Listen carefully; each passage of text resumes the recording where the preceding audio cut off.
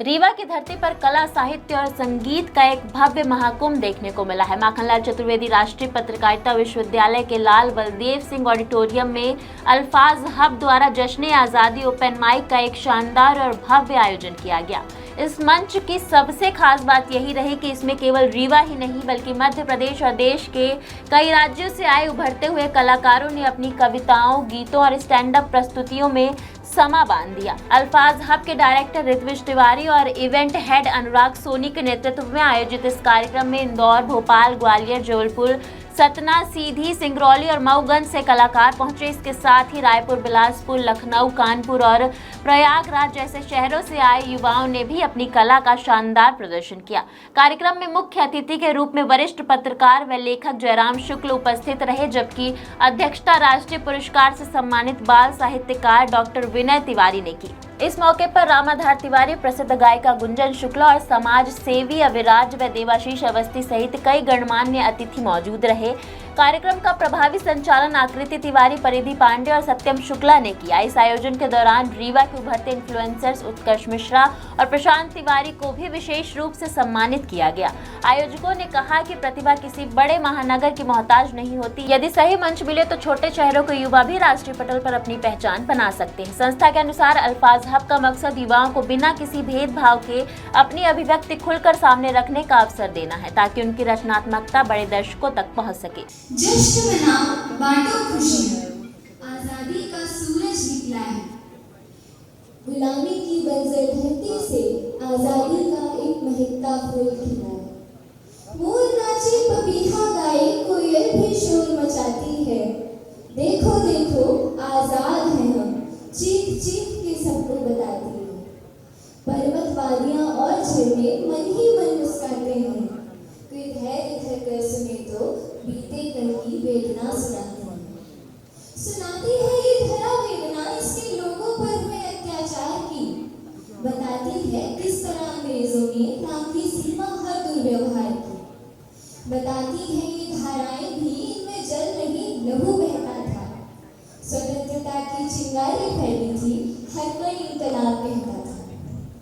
पर सवाल ये है कि आजादी के बाद आखिर बदला क्या?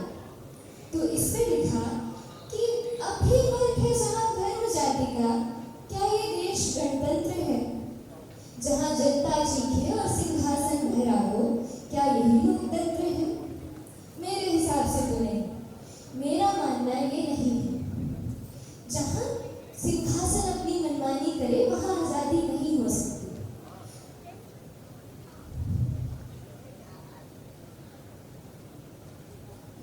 तो क्या यही देश की करुणा हमारे स्वतंत्रता सेनानियों ने की थी? क्या यही देश बनाने को लहू बहाया था बलिदानियों ने? नहीं। धरा बांटे, धाराएं बांटे, अब क्या बांटोगे आकाश भी?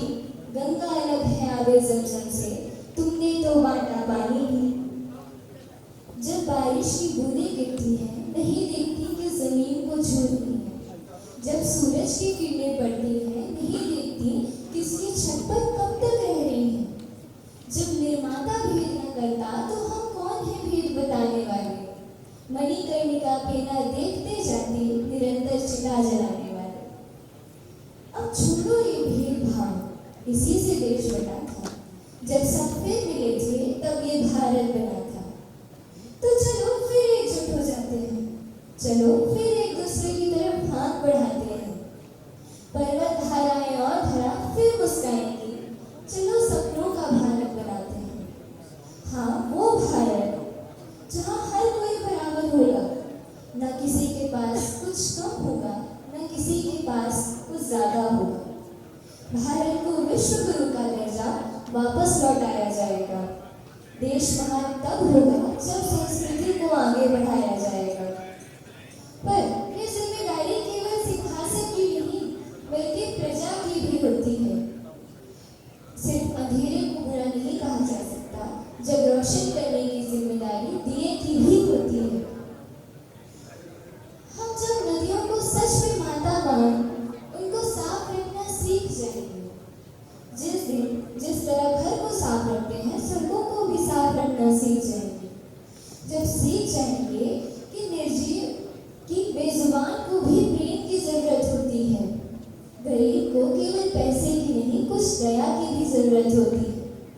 जब हम ये सीख जाएंगे कि नारी सुरक्षा पूरे समाज की जिम्मेदारी है, जब हर आंचल खींचने वाले को ये याद होगा कि उनको जन्म देने वाली भी एक नारी है। जिस दिन हम ये सब सीख जाएंगे, बेशक देश महान होगा। उस दिन सही मायने में हर दिल में देश का सम्मान होगा। सोने की चिड़िया आजाद होगी, आकाश में मुस्काएगा। दिल में होगा भारत का नशा, आंखों में तिरंगा लहराएगा। और उस दिन निकलेगी दिल से बस एक आवाज, सारे जहां से अच्छा हिंदुस्तान हमारा, हम बुलबुलें हैं इसकी ये गुलिस्तान। जय हिंद, जय Bharat. I study in class 3rd। मैं आज आप लोगों को एक सॉन्ग सुनाने वाला हूँ।